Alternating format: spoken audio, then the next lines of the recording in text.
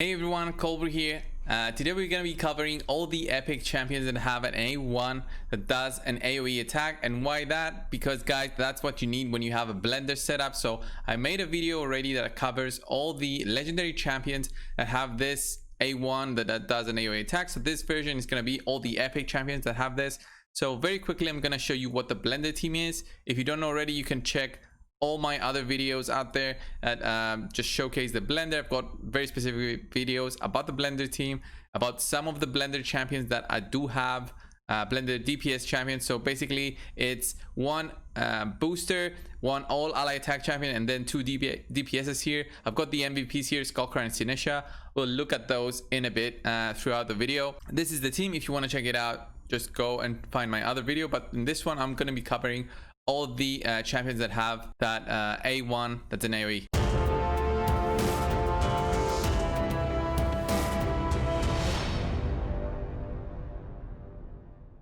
First up, it's gonna be Battle Sage. Battle Sage, guys, has an A1 that's an AoE. She's an epic void champion, but she's support, so her base attack and defense is very low. Her A1 is based on attack, so based on the fact that she has a very low attack, all the gear that you're gonna try and put on her is gonna not be as beneficial as if you had an attack based champion in there. There's several attack based champions out there that do have an A1 that's an AoE. I've covered some of the legendaries before in my previous video, as I said before, and I'm gonna be covering some more in this one for the epic side.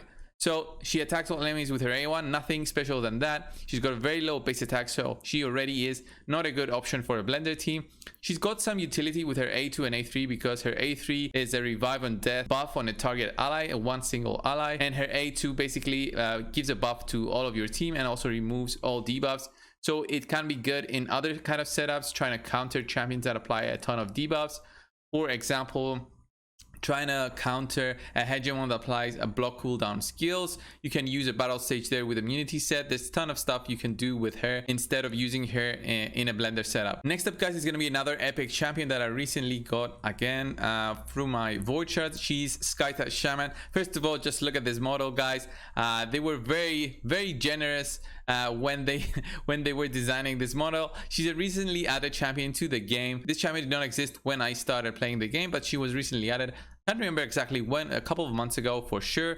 So her A1, guys, is an AoE attack. Her A1 attacks all enemies, heals by 15% of the damage inflicted if this champion has less than 50% HP, boosts this champion's turn meter by 20% instead if this champion has 50% HP or higher. So basically you'll be going first in the blender setup. She will have 50% HP or higher, so she will be gaining a bit of turn meter instead of just gaining that health back. She won't be low in case you go first, so this is okay. I mean, I do not have her multipliers to go over her A1, but she does have a good way to basically recover in case something goes bad. Then we look at her A2, removes all debuffs from all allies and places a revive on death and a block debuff buff on all allies for 2 turns. This is great to basically ensure that your team survives for a couple more rounds. Of course, if you have a seer against you, this is going to be trouble because that's a ton of buffs that seer can use to kill you. That's not very often the case to find a seer in PvP. Damages this champion by 10% of their max HP at the start of each turn and heals all allies. That's okay, but this is not a blender champion, guys. Her base attack is very low at 958 and her A1 is based on attack, so not a very good choice in my opinion for a burst setup. Maybe use her somewhere else in more tanky setups instead. Next up, guys, we're looking at the Lizardman. It's gonna be Basilisk. If you do happen to get Basilisk, guys, this champion is quite good for an epic champion. You might look at him and think, okay, is this champion any good for a blender team? His multiplier on his A1 is a 3.0, which means this is a very good multiplier. He has a very high attack at 1.3k considering all the other champions that we looked before, and because he's an attack based champion, this very high attack is gonna be very handy for him to deal out a ton of damage. Attacks all enemies, plays a 25% increased attack buff on this champion for 2 turns if this attack is critical. Of course, you will be building him with as much critical rate as possible, so he will be critting for sure, gaining that buff. In most cases, you'll be using an arbiter, for example, who boosts by 50% all your team's attacks, so this will not be able to be applied in addition to the one before, so this will not be very useful. But in case something happens and you don't have a buffer, then this can actually be useful, but that's after he attacks with that AoE. So 3.0 multiplier, that's very good. He also has a very high multiplier in the A2, guys, which also applies a stun. Unfortunately, this stun is based on his accuracy as well, so you'll be missing out on a ton of stats if you go for accuracy as well. So you can consider Basilisk in teams that are much slower and not as bursty as a blender setup, but instead use him as a way to specifically stun one champion and then try and beat them with his A1. Also, Basilisk, guys, is a way to actually counter enemy blender teams. The reason being because he has this skill called Withstand, revives the champion to 30% HP when killed, and places a block damage buff for 1 turn.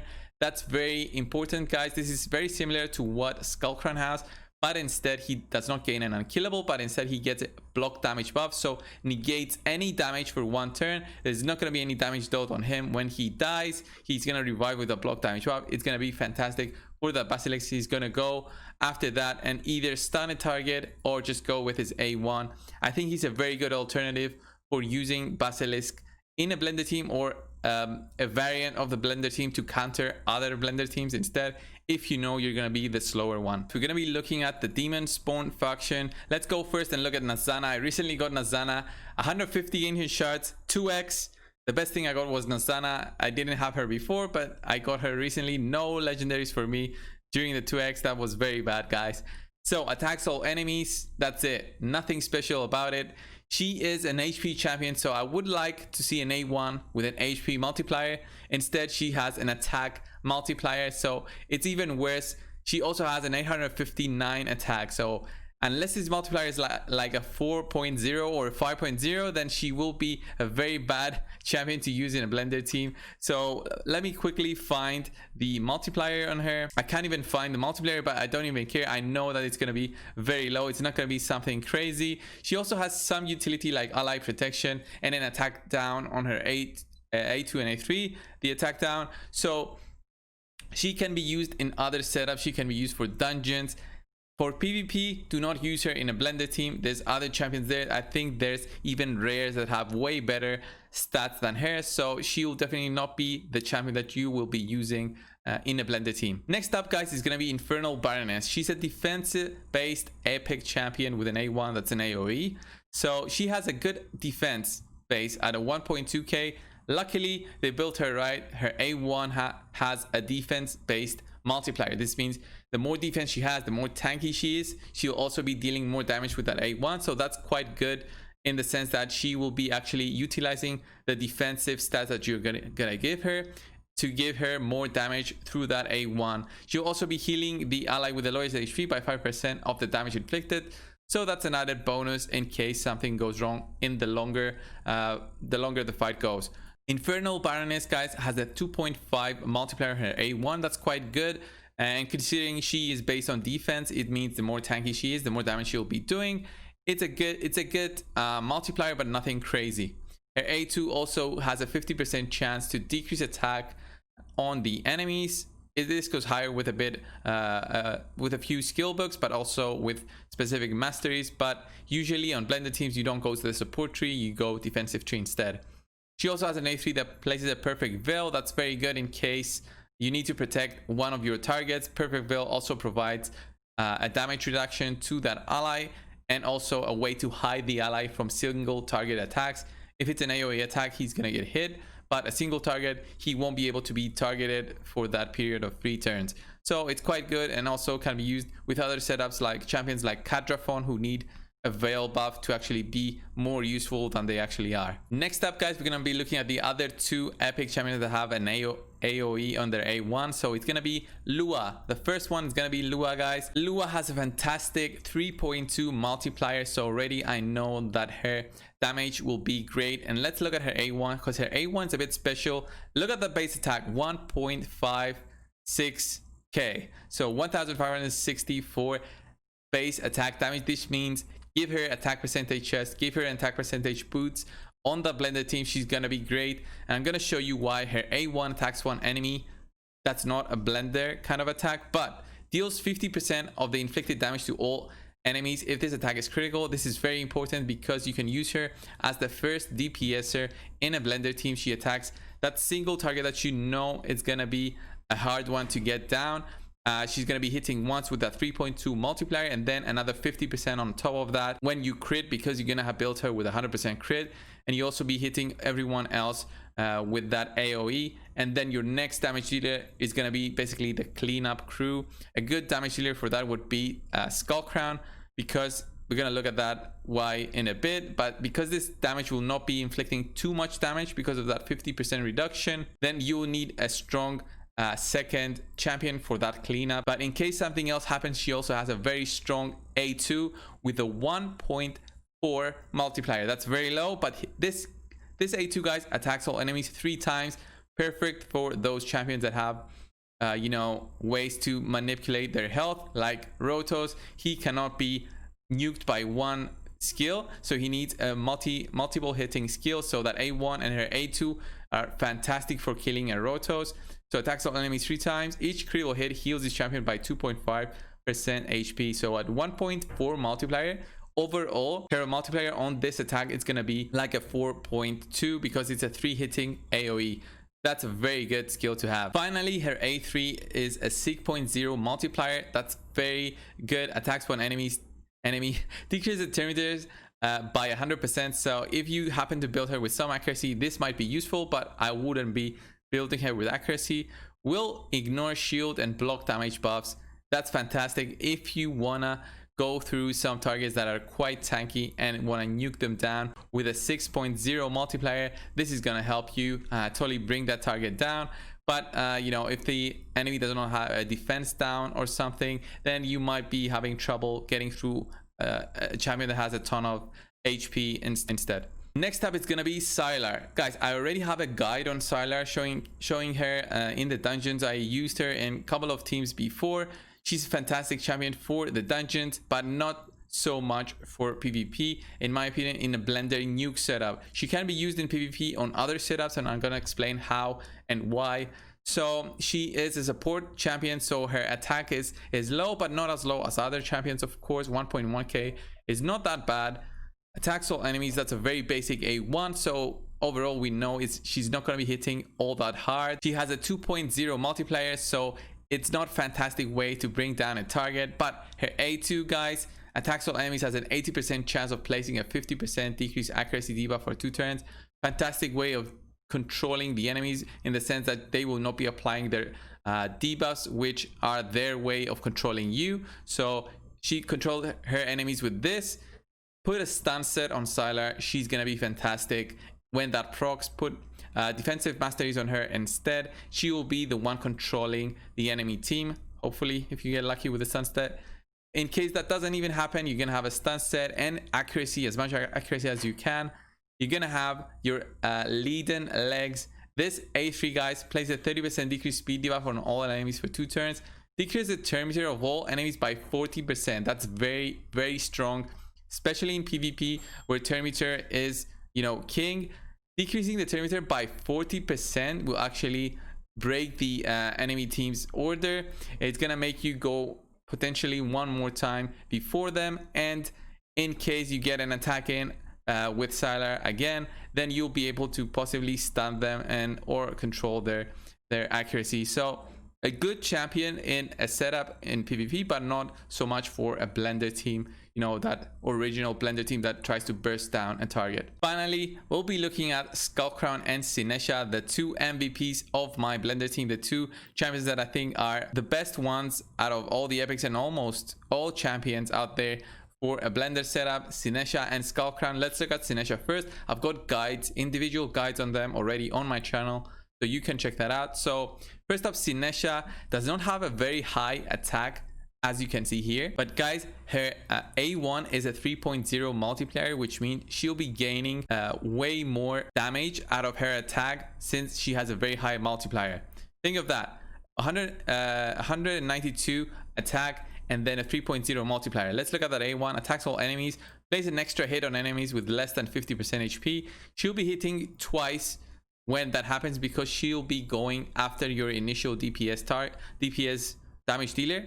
So she'll be actually having a 6.0 multiplier if she goes with both of her hits, so that 892 attack actually will not matter all that much because her multiplier is going to be all that higher. She also has a great utility with Skull Crown, and we're going to look at Skull Crown and explain that utility and synergy in a bit. So attacks one enemies with her A2, places the target skills on cooldown. So a bit of accuracy is good, but I don't have accuracy on her since I'm just trying to nuke down targets for my blender team.